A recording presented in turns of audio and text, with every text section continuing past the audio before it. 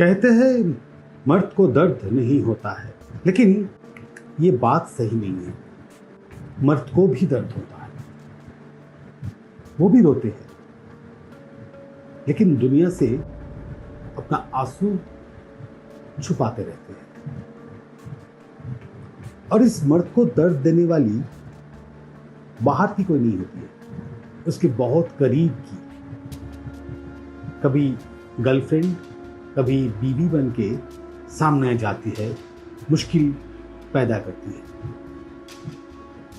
कभी समाज से, कभी कानून से मर्द को डराया जाता है, लेकिन यहीं पे सब कुछ खत्म नहीं हो जाता। इस मर्द का जो दर्द, इसका दवा लेके एक औरत हाजिर होता है, जिनका नाम है नंदिनी भट्टाचार्य। जब जब ऐसी कुछ घटना सामने आती है, उनका organization all Bengal men's forum उस मर्द का साथ खड़े हो जाते हैं। आज उन्हीं से बात करेंगे कि उनका ऑर्गेनाइजेशन कैसे काम करता है, कहाँ कहाँ जो प्रॉब्लम होता है, वो प्रॉब्लम का जड़ कहाँ से शुरू होता है, और इसका समाधान भी कैसे किया जाता है। मैम, CSR जर्नल में आपका बहुत बहुत स्वागत है। मेरा पहला सवाल, इस ऑर्गेनाइजेशन को क्यों बनाया गया था? देखिए, बहुत अच्छी क्वेश्चन है। क्यों किया गया है? क्योंकि भारत में बहुत जो पुरुष है, उनके परिवार है। पहले ये समझना पड़ेगा, ये पुरुषों के लिए सिर्फ है नहीं, पुरुष और उनके परिवार के लिए है। ये समझना पड़ेगा कि हम लोग नारी के विरुद्ध बात नहीं करते। We are not women haters. क्योंकि एक पुरुष जब ये डिस्ट्रेस में होते हैं, उनके परिवार में बहुत नारियां हैं जो डिस्ट्रेस में होते हैं। एक पुरुष के ऊपर जब एक मामला आता है, एक झमेला हो जाता है, एक केस होते हैं, उसके अंदर उनके माँ बहन सब उसके अंदर हो जाते हैं, कभी कभी उनका बीवी भी। जैसे false sexual harassment, false rape, false POCSO, उनके बीवी भी इसके अंदर आ गए। मतलब उनके ऊपर केस नहीं हुआ, लेकिन but she is under very mental distress कि हमारे हस्बैंड के ऊपर ऐसे हो गया, बाहर नहीं जा सकते कि आपका पति का तो रेप केस हो गया, आपका पति का तो पॉक्सो हो गया। तो एक पुरुष और उनके परिवार बहुत ही झमेले में हो गया। तो so we work for men and their family. तो हम लोगों ने सोचा कि 2017 में सबसे पहले देखा कि ऐसा काम भी होता है। उसके बाद हम लोगों ने सोचा, फिर ऑर्गेनाइजेशन बनाया कि जैसे कि हम इनके हेल्प कर सकें, legally, socially, mentally. Men are very very disturbed, किसी को पता नहीं। आपके ऑफिस में आप देखेंगे कि आपके पास में जो बगल में जो लड़का बैठा है, वो मेंटली डिप्रेस, वो ही खुद नहीं जानते, क्योंकि पुरुष कभी बात नहीं करते, वो खुद समझते नहीं है कि आई एम मेंटली डिप्रेस। कभी कभी वो ज़्यादा स्मोक करने लग गए, ज़्यादा अल्कोहल में चले गए, अल्कोहलिक। कभी कभी खराब लोगों के साथ मिलना जुलना शुरू हो गया, कभी ये खराब बिजनेस में लग गए, कभी कभी उनका दूसरा रिलेशनशिप बन गया। लेकिन कोई ये नहीं सोचता क्यों बना। लेकिन अगर एक लड़की ऐसे रिलेशनशिप में गए, तब सब लोग बात करना शुरू करता है, देखिएगा घर में नहीं ठीक से नहीं कुछ मिला, उनका पति उनको ध्यान नहीं देता, पति सब हर तरह से सेटिस्फाई नहीं कर पाया, इसलिए वो दूसरी रिलेशनशिप में गई। लेकिन एक आदमी के लिए भी तो ऐसा हो सकता है, कभी किसी ने बात नहीं किया इसके बारे में। तो ये सब सोच के हमारा ऑर्गेनाइजेशन बना 2018 में। तब से आज तक हम लोग काम कर रहे हैं।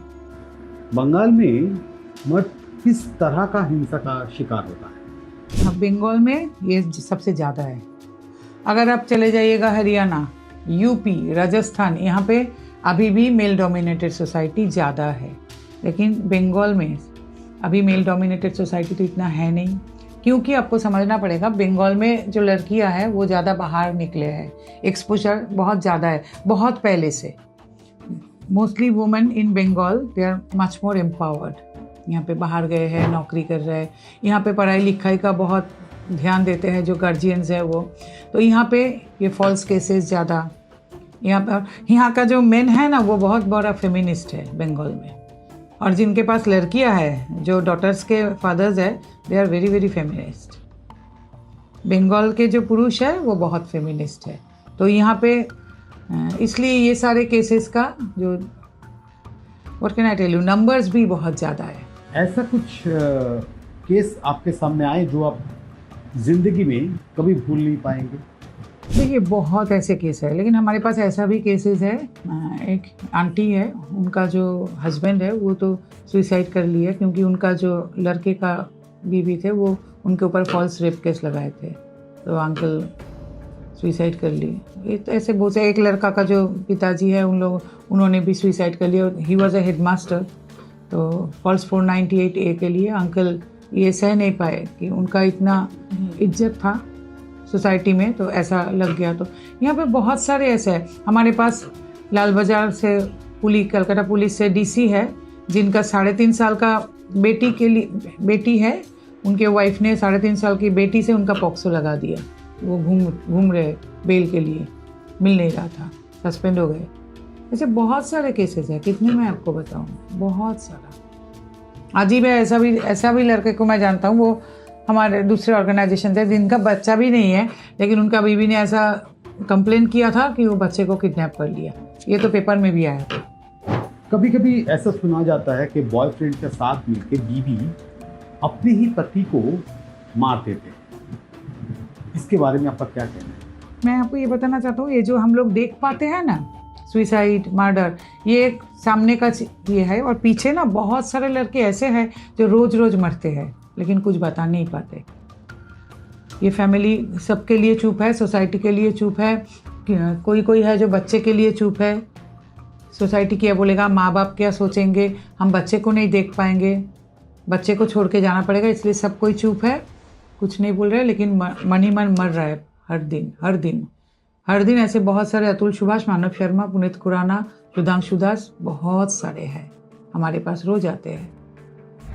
नंदिनी भट्टाचार्य की आवाज आज बंगाल में हर जगह गूंज रही है, क्योंकि मर्द का भी दर्द होता है। उज्जवल राय, द CSR जर्नल, कोलकाता।